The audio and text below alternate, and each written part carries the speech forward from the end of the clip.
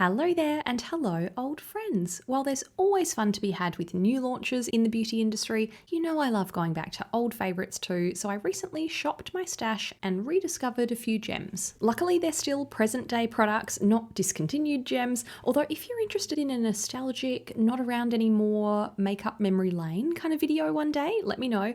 These are more, I forgot that you existed because you were tucked away at the back of an organised chaos drawer or hiding underneath some other products. Some of these pics were inspired by seeing some formulas pop up on TikTok recently. I'm a very late arrival, but I am on there now, really enjoying it, so please come and say hello. I'm at Matilda on video _ on TikTok. Someone nicked my usual username, thanks for that. Plenty of my short form content in store over there, but let's get into this topic. Nearly made it to the end of this Chanel Le Beige Water Fresh tint. It's as lovely as I remember. If you like barely there coverage, this is as light and sheer as it gets, balancing out your complexion ever so slightly. If you're one of my no makeup or no foundation viewers, this is the sort of formula that could be up your alley. My mum doesn't wear any makeup, but for a family wedding earlier in the year, she tried some of this and loved it because it's so ultra light. Monica Blunder's Blunder Cover. Hello again. I've been in Merit the Minimalist mode for the last couple of years, so I'd forgotten how great this is as an all-over skin fix too. It's almost like Glossier Stretch Concealer in a larger pot with a touch more coverage maybe, so you can use it to conceal or just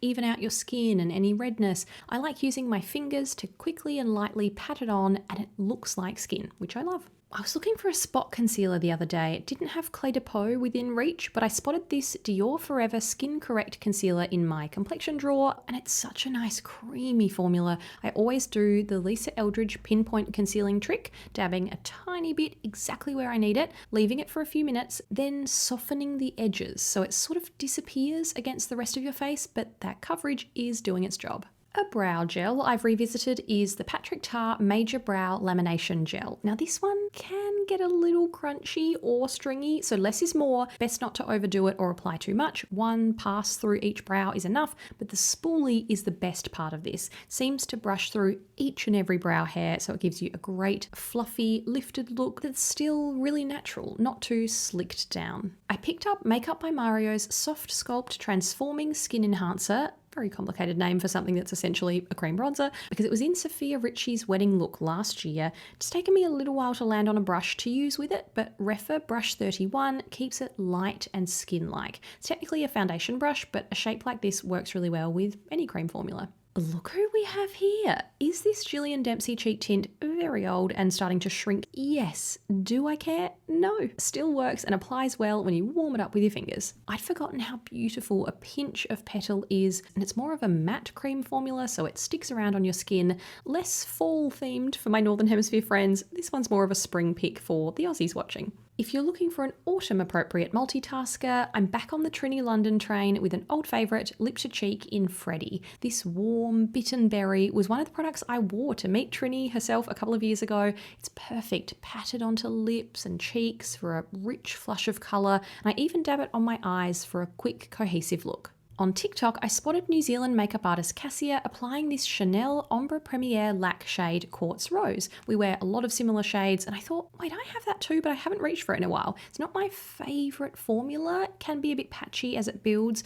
more leading liquid shadows in an upcoming video, but I love using this as more of a sheer topper over another shade like Trinny London Eye to Eye in Vision. I saw Trinny's lovely makeup artist John applying this on her on Instagram recently. Always keen on a wash of soft pink, so this cool mauvey rose is a very laid back, sneaky way to give my eyes a bit of natural depth, almost like a soft blush smoky eye. Like Mariah Carey defrosting her vocal cords at Christmas, when autumn arrives, it's time for the Makeup by Mario Master Mattes palette to reappear. It's actually a gorgeous everyday combination of browns year round, but the warmer shades make it feel particularly fitting for fall. Chanel Le Volume is hardly a rediscovery because I could never forget about you. The only mascara I used for years back when I first started YouTube before I branched out to other formulas, but it's a classic I like coming back to for elegant volume, and even took it on my big summer trip this year. I also dug out this mini Lancome Lash Idol that still has some love left to give.